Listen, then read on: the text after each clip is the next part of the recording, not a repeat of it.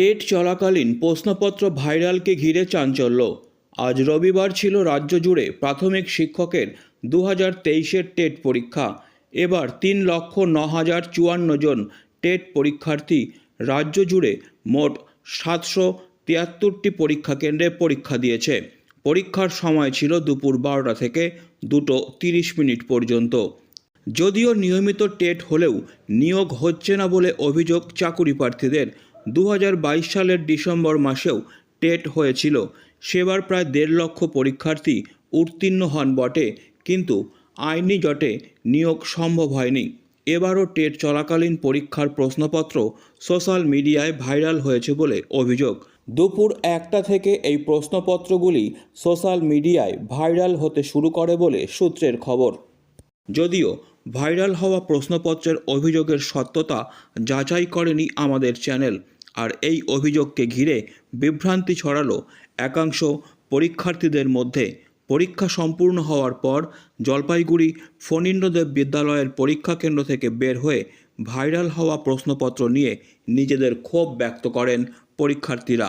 তারা জানান, আমরা পরীক্ষা শেষে জানতে পারি প্রশ্নপত্রের একটি সেট পরীক্ষা শেষ হওয়ার অনেক আগেই ভাইরাল হয়েছে। কি হয়েছে কি এত পড়ে এত টাকা খরচা করে পরীক্ষা দিতে আসলাম, এখন বের হয়ে জানতে পারছি যে প্রশ্নপত্র অলরেডি পাস হয়ে গেছে।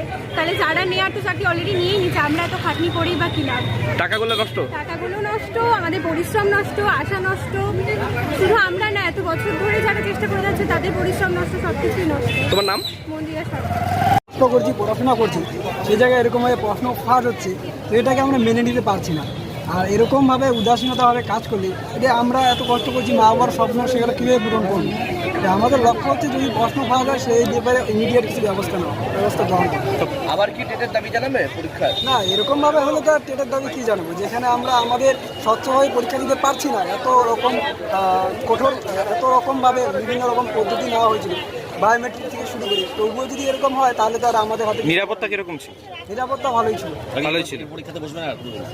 যদি এরকম হয় তাহলে আর কিভাবে পরীক্ষায় বসবো বা আমরা কিভাবে একটা আশা থাকবো?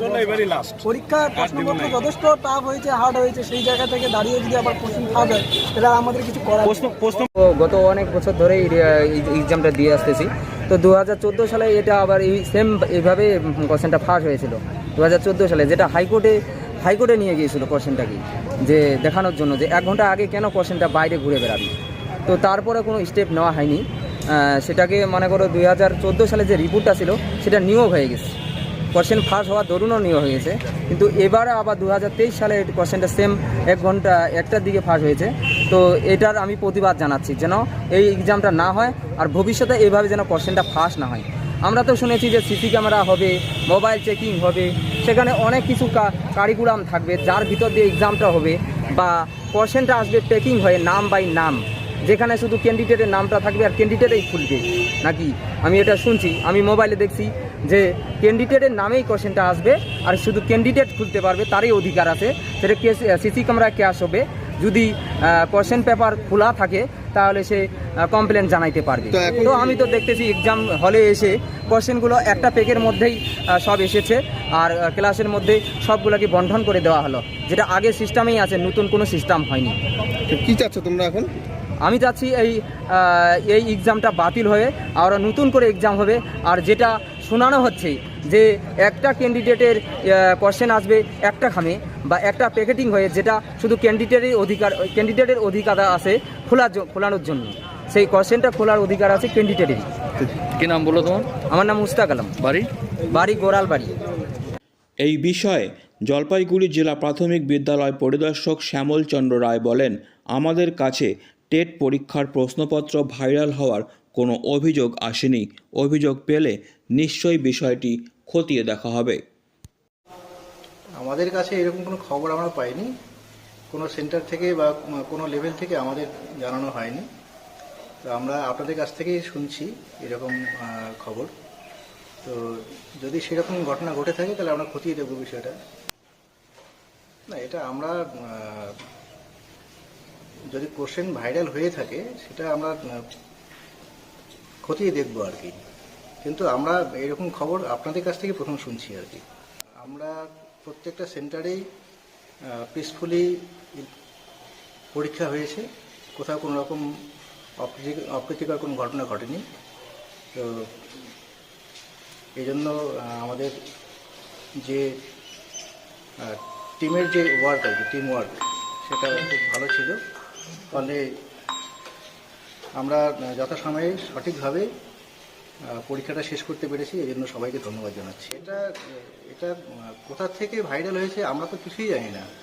এটা আমাদের এখান থেকে হয়েছে না অন্য কোথা থেকে হয়েছে, সেটা তো তদন্ত করলেই বোঝা যাবে। আপনাকে প্রশাসনকে জানাবেন বা উচ্চ পর্যায়ে জানিয়েছে? আমরা আপনাদের কাছ থেকে প্রথম জানলাম, এরপর আমরা জানাবো।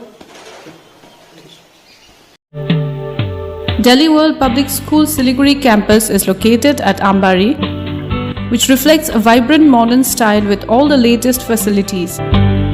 We impart innovative world-class education through modern teaching pedagogy and state-of-the-art facilities.